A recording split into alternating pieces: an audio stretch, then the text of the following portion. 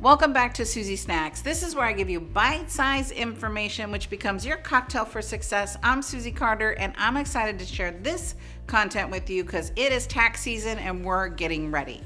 Right, so I'm gonna go through what are all the things we need to put in a binder at the beginning of the year, then you follow up during the year, and at the end of the year, we bring it to the tax preparer so that you are systematized and structured and you're not stressed out. That's what I love about Susie Snacks. So I want you to get a binder. And in the binder, you're gonna have the 12 months. You're gonna go January through December. So I want those tabs. So every month that we have expenses, you're gonna put those inside of your binder. Then you're gonna get a tab for your investment accounts. So if you have 401ks, your bank statement accounts, you're gonna have a tab for any big expenses that you have so that you're keeping all your expenses, all your statements in one document. I've been doing this for 10 years. So if you go in my office, you'll see 10 years of binders. So I just go back to the year, pull my binder, everything's there that I need. So let's look at what you need in order to be prepared for your tax preparer. So one, you're gonna do your gross receipts for your sales or services. Two, you're gonna all the sales that are recorded.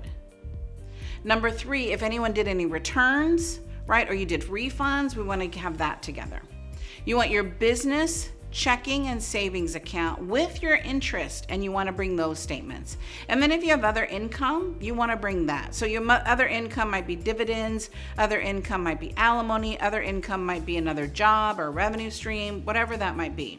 Let's look at cost of goods, your inventory, your beginning inventory amount, your inventory purchases, and your ending inventory dollar amount. You want to look at any items removed for personal purposes.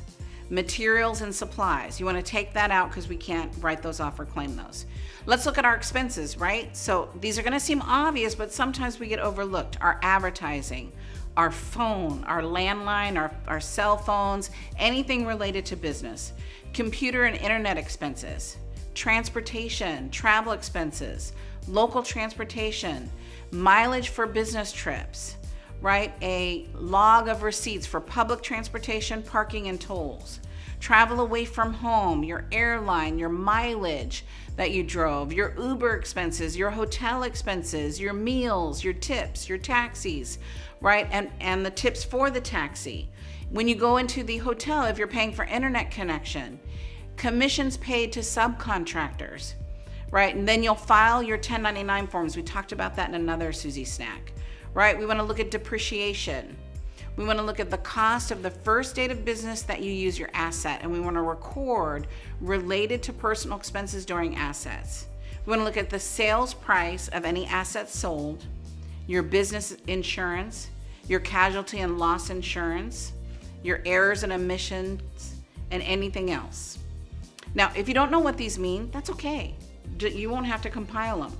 But I'm giving you a starting place. So we want to look at interest expense, your mortgage interest on a building owned, a business loan interest, an investment expense and interest, professional fees, coaching fees, lawyer fees, education, consultants, office supplies, pens, paper, staples, anything that's consumable, your rent expense, your office rent expense, your business use for a leased vehicle, and anything else that you have, your home office expense, what's the square footage of your home office, and then what's your total square footage of your home.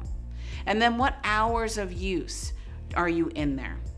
So you wanna look at your mortgage interest or your rent paid. And if you're renting, you wanna look at your renter's insurance, your utilities, like what does it cost to run that business, right? Your cost of home, separate improvements from the first date of business use. We also want to look at wages paid to employees, right? So if you have employees, then you're going to do your W-2 or W-3. You're going to need your federal forms, right? All those. And if you have a payroll service, they can compile that for you. Any kind of employee benefit forms, wages that are paid or insurance that's paid. Again, any contractors that are paid. There's two forms. There's 1099, which is an independent contractor, and a 1096 is a non-employee compensation. It's for the independent contractor versus a W-3. A W-3 is a transmittal form that's sent to the Social Security Administration that shows the total earnings, Social Security wages, medical wages, and withholding from the employee from the previous year. I know, there's so many. That's why a bookkeeper's imperative. But if you don't have one, I want you to be prepared. So we want to look at any repairs, any maintenance, your office facility, any estimated taxes that you made. We want to make sure that you bring that so you get credit for those things. Our health insurance, right? Premiums paid to cover you and your family. Premiums paid on behalf of other partners or your S corporation or shareholding. Information on employers, if your employer paid for your health insurance. So this is a great little cheat sheet in order to get you prepared for tax season. So that again, you go in, what are all the things that I need? So you're dotting your I's and crossing your T's. You know me, I love systems, I love checklists. I hope this helps you get prepared to get ready for the tax man so that you're being fiscally responsible for you and your business. I'm Susie Carder, and I'm excited that you're getting fiscally responsible, and I look forward to supporting you. And if you need more support, make sure that you click the information button, go to hello@susiecarder.com. Don't struggle, right? Suffering's optional. I'm here to support you. My team's here to support you. You don't have to be in business by yourself. You can be in business for yourself.